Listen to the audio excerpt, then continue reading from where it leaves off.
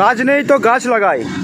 আবার আমরা আইপিএল মাঠ, যেটা বাচ্চারা খেলাধুলো করে, সেই মাঠের চারিপাশটায় আমরা 20টা পলাশ গাছ এবং 10টা নিম গাছ রোপণ করব। তো চলুন গাছগুলো রোপণ করা হোক। ওয়েদারটা বেশ ভালো আছে, গাছগুলো হয়ে যাবে আশা করছি।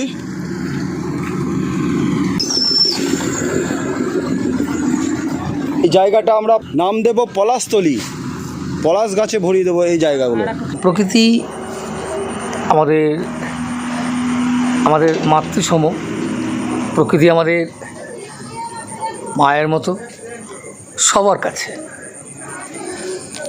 আর মা যেমনি সন্তানকে ভালোবাসে, সন্তানও তো তেমন সুন্দর হেসে খেলে কেমন বেড়ে ওঠে মায়ের ভালোবাসায়। প্রকৃতির মধ্যে যেমন অসংখ্য গাছ আমরা দেখতে পাই। গাছ তো নয়, এক একটি অদ্ভুত রকমের স্নেহ। মায়ের যেমনি স্নেহ আমরা খুব একটা বুঝতে পারলেও মায়ের স্নেহের অন্ত পাই না, ঠিক তেমনি প্রকৃতিরও এত ভালোবাসা, এত স্নেহ প্রত্যেকটা প্রাণীর প্রতি। তাকে বুঝোটা বড় দূরহ, খুব কঠিন। তাই তো এই চলো পাল্টাই প্রকল্পে আমাদের যে রমজান খাদিম, যে প্রকল্পের কাণ্ডারি, সে এবার এই মরশুমে বেশ কিছু মূল্যবান, বেশ কিছু ঔষধি গাছ এবার লাগিয়ে বেড়াচ্ছে মানব কল্যাণের জন্য। যেমন এই অশ্বত্থ গাছ, বট গাছ, নিম গাছ, পলাশ, এই যে গাছগুলো, এই গাছগুলোর গুণের কথা বলে শেষ করা যাবে না। যেমন শিশু মাকে কোনোদিন বুঝতে পারে না, শিশু মাকে দেখে খালি হাসে, আনন্দ পায়। ঠিক তেমনি এই গাছগুলোর গুণের কথা আমরা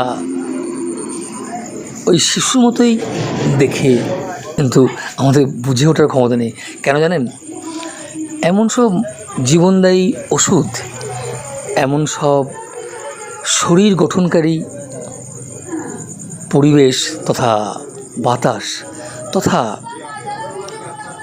গুণাগুণ, এমন সব শরীর গঠনকারী উপাদান এসব গাছগুলো থেকে পাওয়া যায়, যা ভাবলে আমাদের মাথা ঘুরে যাওয়ার মতো উপক্রম।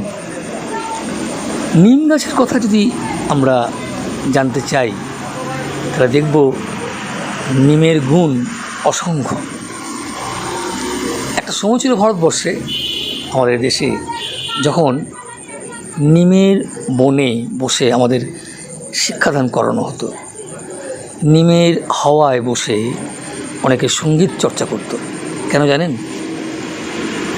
নিমের হাওয়ায় বিশুদ্ধ অক্সিজেন, আমাদের যে প্রাণবায়ু, সেটা আমাদের সতত সবসময় নিমের বাতাস পরিশ্রুত করে দেয় আমাদের প্রাণবায়ুকে। আমাদের শ্বাস খুব সুন্দর হয় এই নিমের হাওয়াতে। তাই নিম গাছ শুধু ওষুধীয় নয়, নিম গাছ প্রাণবন্ত এক বন্ধু মানব সমাজের। যেমন